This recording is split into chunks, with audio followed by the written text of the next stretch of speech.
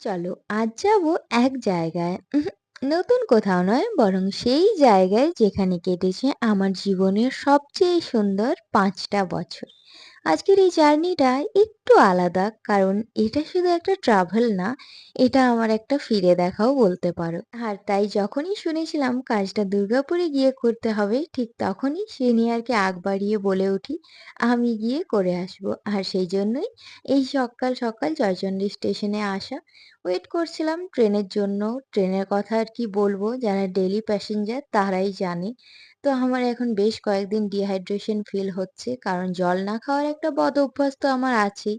আর সামনেই summer season, তো dehydration is mandatory. আর তারপর আসানসোলে নেমে ওখান থেকে বাস ধরে ফাইনালি পৌঁছে গেলাম আমার সেই পুরনো দুর্গাপুরে। সবকিছু দেখেই মনে হচ্ছে সবকিছু যেন আগের মতোই আছে, শুধু আমরাই বদলে গেছি।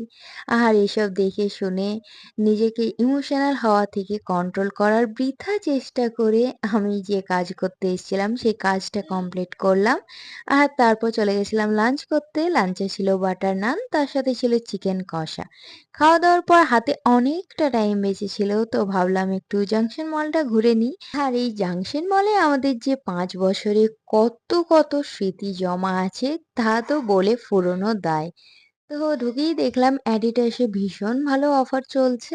তো অ্যাডিডাস থেকে কিছু শপিং করে নিলাম অ্যান্ড দেন দেখলাম মোমোসোর শপটা ওপেন হয়েছে জাংশন মলে।